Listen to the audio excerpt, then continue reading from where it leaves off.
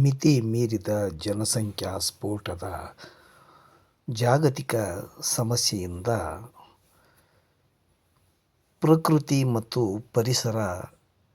ತನ್ನ ಅಸ್ತಿತ್ವವನ್ನು ಕಳೆದ 100-200 ವರ್ಷಗಳಿಂದ ಅತಿಯಾಗಿ ಪ್ರಕೃತಿ ಸಂಪತ್ತು ಹಾಳಾಗುತ್ತಿರುವುದು ಸರ್ವವಿದಿತವಾದ ಸಂಗತಿಯೂ ಆಗಿದ್ದು, ಈ ಸಮಸ್ಯೆ ಜಾಗತಿಕ ಸಮಸ್ಯೆಯಾಗಿ ಜಗತ್ತಿನ ಜೀವ ಸಂಕುಲದ ಮರಣದ ಗಂಟೆಯಾಗಿ ಕೇಳಿಸುತ್ತಲೇ ಇದೆ. ಮನುಷ್ಯನ ಅತಿಯಾದ ಆಸೆ ಮತ್ತು ಅತಿಯಾದ ಯಂತ್ರಗಳ ಬಳಕೆಯಿಂದ ಪರಿಸರ ವಿನಾಶ ದಿನೇ ದಿನೇ ಹೆಚ್ಚುತ್ತಿದ್ದು, ಅರಣ್ಯ ನಾಶ, ಪ್ರಾಣಿ ಪಕ್ಷಿ ಸಂಕುಲದ ಅತಿಯಾದ ಬೇಟೆ ಅಥವಾ ಹೊಲ ಗದ್ದೆ ಇತ್ಯಾದಿಗಳ ರಕ್ಷಣೆಗಾಗಿ ಪ್ರಾಣಿಗಳ ಬೇಟೆಯಾಡುವುದು, ಅವುಗಳಿಗೆ ವಿಷವಿಟ್ಟು ಕೊಲ್ಲುವುದು ಇತ್ಯಾದಿ ಸಮಸ್ಯೆಯಿಂದ ಪರಿಸರ ತನ್ನ ಅಸ್ತಿತ್ವವನ್ನು ಕ್ರಮೇಣ ಕಳೆದುಕೊಳ್ಳುತ್ತಾ ಇದರ ಪರಿಣಾಮ ಇಡೀ ಜೀವ ಸಂಕುಲದ ಸರ್ವನಾಶದ ಹಂತಕ್ಕೆ ತಲುಪಿರುವುದು ಸ್ಪಷ್ಟವಾಗಿ ಎದ್ದು ಕಾಣುತ್ತಿರುವ ಸಂಗತಿಯೇ ಆಗಿದ್ದು, ಇನ್ನಾದರೂ ಜಾಗತಿಕ ತಜ್ಞರ ಅಭಿಮತದಂತೆ ಅಳಿದುಳಿದ ಸ್ವಲ್ಪ ಅರಣ್ಯ ಸಂಪತ್ತನ್ನಾದರೂ ಉಳಿಸಿಕೊಳ್ಳುವ ಜವಾಬ್ದಾರಿ ಪ್ರಜ್ಞಾವಂತ ಮಾನವರೆಲ್ಲರ ಆದ್ಯ ಕರ್ತವ್ಯವೇ ಆಗಿದ್ದು, ಅದನ್ನು ಉಳಿಸಿಕೊಳ್ಳುವುದರಿಂದ ನಮ್ಮ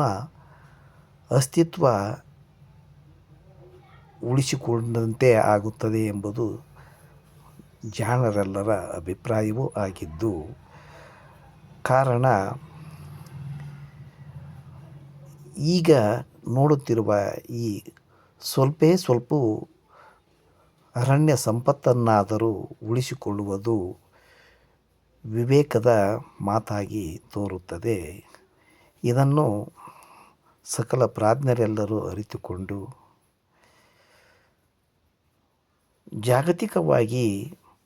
ಜನಸಂಖ್ಯೆಯ ನಿಯಂತ್ರಣಕ್ಕೆ ಸರ್ಕಾರಗಳು, ಪ್ರಜ್ಞಾವಂತ ನಾಗರಿಕರು ಯೋಚಿಸುವ ಸಮಯ ಬಂದು ಅದು ವಿನಾಶದ ಅಂಚಿಗೆ ತಂದು ನಿಲ್ಲಿಸಿರುವ ಸಂಗತಿಯೂ ಆಗಿದ್ದು, ಏಕೆ ಇದನ್ನು ಗಂಭೀರವಾಗಿ ಪರಿಗಣನೆ ಮಾಡಬಾರದು? ಜಗತ್ತಿನಲ್ಲಿ ವಾಸಿಸುವ ರಾಷ್ಟ್ರಗಳಲ್ಲಿ ಜಾತಿ, ಭಾಷೆ, ಧರ್ಮ ಮುಂತಾದ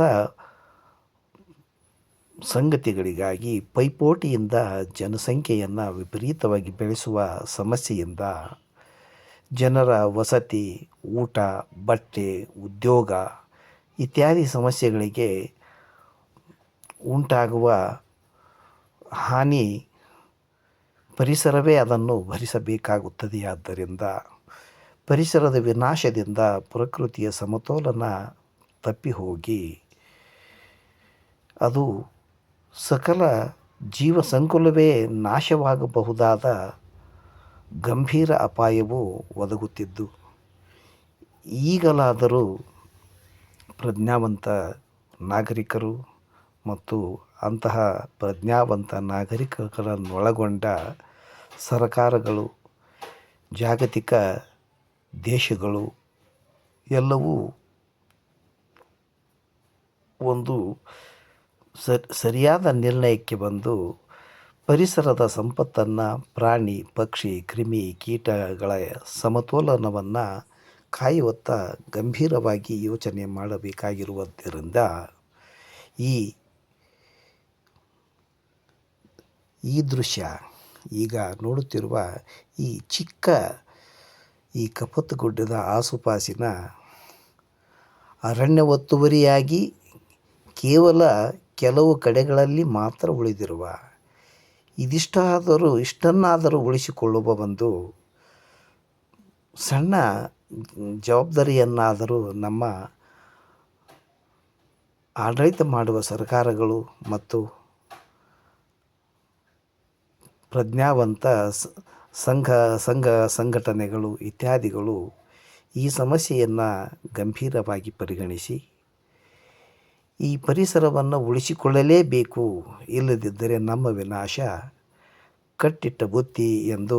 ವಿಜ್ಞಾನಿಗಳು ಹೇಳುತ್ತಿದ್ದಾರೆ. ಅದರಂತೆ ಹಿಮಾಲಯದ ಪರ್ವತ ಶ್ರೇಣಿಗಳಲ್ಲಿನ ಹಿಮವು ಜಾಗತಿಕ ತಾಪಮಾನ ಏರುವುದರಿಂದ ಕರಗಿ ಹೋಗಿ ಮುಂದೆ ಅಲ್ಲಿ ಪರಿಸರದ ಸಮತೋಲನ ತಪ್ಪಿ ನಾಶವಾಗುವ ಎಚ್ಚರಿಕೆ ಗಂಟೆಯನ್ನು ಬಾರಿಸುತ್ತಿದ್ದಾರೆ. ಇದನ್ನು